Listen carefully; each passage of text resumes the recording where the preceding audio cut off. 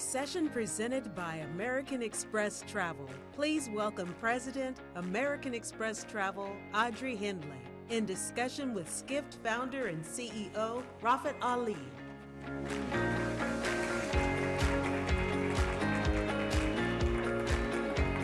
All right, thank you, Audrey, for being here. It's my pleasure. I know this is also your first conference speaking back in person, correct? It is, yeah. We've had plenty, as you know, virtual sessions, but nothing beats being in person, which I'm sure you all agree. Yeah, and I know both of us were listening to the presentation very, very closely before, and I think your ears probably perked when they talked about travel advisors, because obviously that's a big part of your portfolio. Obviously you have access to so much data, not only the good but the bad, meaning the cancellations, etc., all the chaos that happened at the start of the pandemic as well. Give us a sense on the state of people going to travel advisors, how that's changing based on what you're seeing, and what are the general trends you're seeing and how people are booking now. So where are we now? Yes. Well, American Express, as you know, has a pretty unique perspective. We sell travel in 23 different countries, in 14 different languages, so we have a good global, diverse base of customers. And right on point, I would say, across the globe, it doesn't matter which country, everybody wants to talk to a travel advisor. There's lots of information online, it's all up to date, but customers want to make sure that they've got it. Nobody wants to get to a destination and be disappointed, not have the right paperwork, not be able to get in. So travel advisors are kind of top of the list there to help them get there. And to answer the second part of your question, what else are we seeing? And you touched on this a little bit with all the credits. There's a new form of currency that's kind of emerged. We always had the American Express card, we always had points and membership rewards. But you've probably read that the top 4 airlines at the end of last year, and this is a staggering number, had $10 billion of credits in the bank. Mm-hmm. So that's a currency. So we all have to get on that, right? So on our website, we've put right on the front page, you can go in there, you can see, what are my credits? What have I used? What's coming up? And what's due? The other trend that we've talked about actually in the past is this pay later functionality. And we have a product called Planet. So we introduced that on the purchase path of our website, so customers can decide if they want to pay now or they want to pay later, and under what terms would they like to have that payment option. So there's a lot of tech things as well as high tech, high touch kind of phenomena that you guys are working on. Yeah, actually I have I think $3,700 with Amex that I need to use I think by March or May 2022. So hopefully if I could go to Europe with that, and well, we've got plenty of travel advisors who can help you out. Yes. Well, I'm a more of a do-it-yourself, but one of the things I will say, this is completely random aside, whoever did the deal with Clear for Amex Platinum is a genius, only because it's such a great deal. I just made 2 of the sponsors happy by saying that. But if you have an Amex Platinum card, I don't know if you know this, and this is probably just U.S. only, right? Because Clear is only U.S. The Clear fees is paid by them. So at least for this year, I think they just started that. I'm guessing that's not part of your team, or maybe it's part of the larger team? It was part of our travel strategy. So what we want is to get customers to plan their vacation, get on their vacation, have a vacation experience, get home, and start planning again. So it's kind of part of all the American Express value proposition, if you will. Everything from the beautiful lounge over there in Terminal 4 to Clear to the travel planning, and all the other things that go with your trip. So there's lots of nice perks while you're on the trip and while you're planning the trip.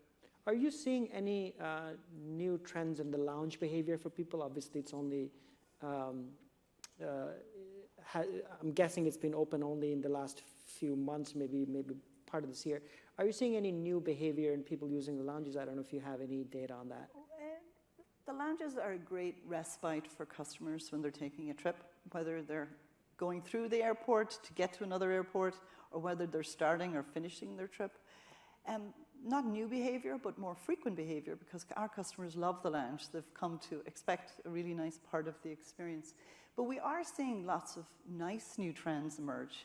As you know, we have a very rigorous fact-based approach to learning about what our customers want. And we hear a lot of things around value, flexibility, kind of new emerging luxury, flexibility. Of course, we all have this world now where we can book now and travel whenever, because the travel policies are so flexible. And we are flexible ourselves, in fact, with how we are helping people to plan and replan their vacation. We talk to customers about having a good plan A, plan B, and plan C, because you might be on that plan B or plan C, so let's make sure. So are you seeing trip stacking, I guess is the term that I used before, people booking multiple trips and then figuring out which one to go to? Are you seeing that with your customers? Yeah, our customers are avid travelers. It's just part of their lifestyle. It's part of who they are. They have a list of places that they'd like to go to, and it's open season. Which one would I like to go on? Which one suits me right now? Which suits the family or the group that I'm traveling with? And that kind of goes to the ABC mentality. Yeah, I always wanted to go there. Is that a good place at the moment, and would that work for me? The other thing we're seeing is a lot of redefinition of luxury. Yes.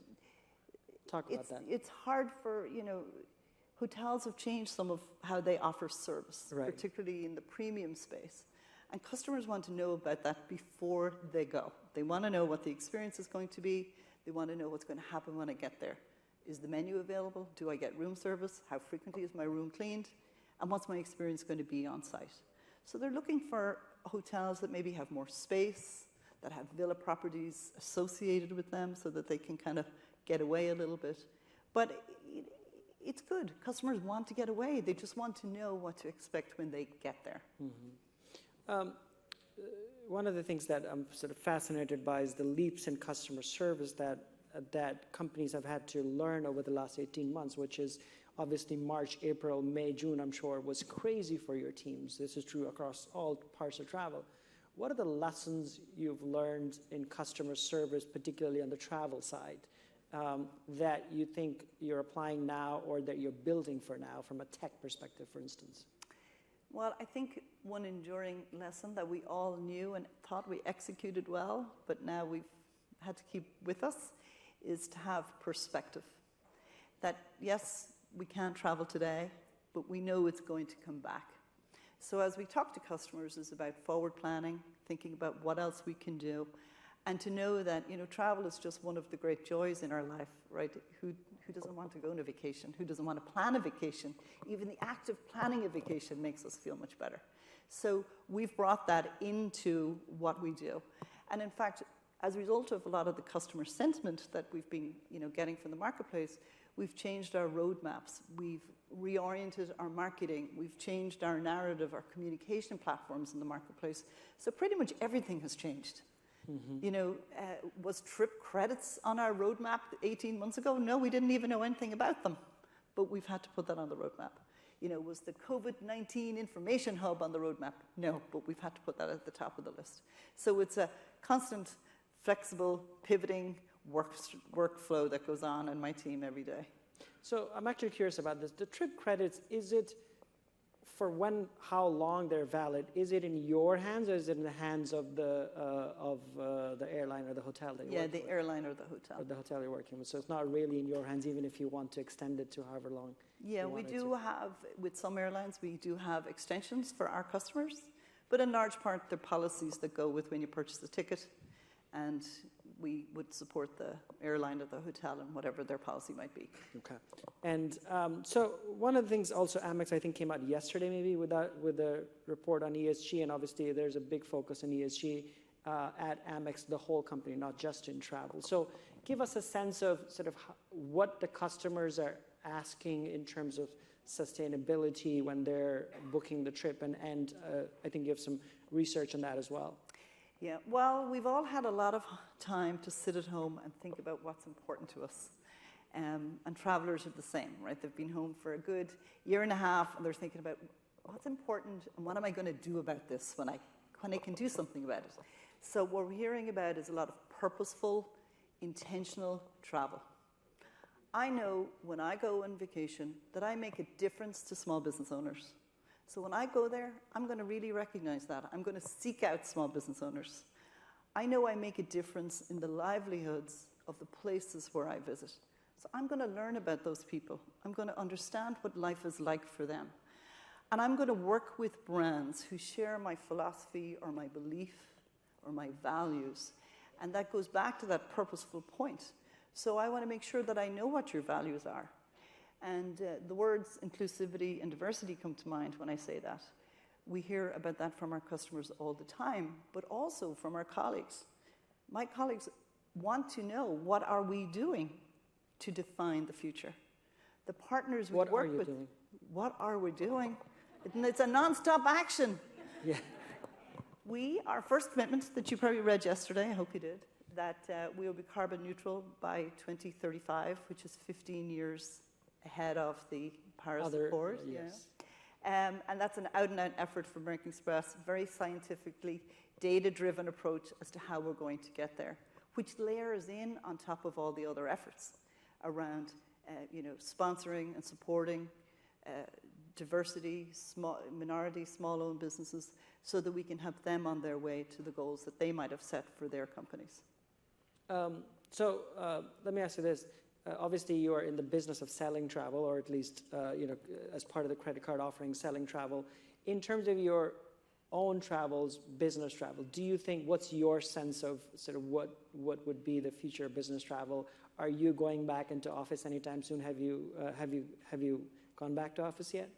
I haven't gone back to the office, but I have been in meeting after meeting after meeting about how we're all going to go back to the office. Yes. Yeah. It's very important to get us there, because you know what? I meet people in the elevator that I actually know that I need to talk about, that I didn't know I needed to talk to before I got into that elevator. So we're going back in January, a staged, planful approach, as you can imagine. I haven't taken too many business trips, but I do have a lot of them stacked up already, booked with all of my credits. Yes. Starting with the trip to the UK in January, and then back home. Going for work. Okay. I've done lots of personal trips already, but not so many work trips. Okay. Well, thank you again. Thank you. That was very, very insightful, and thank you for being here. Oh, my pleasure. Okay.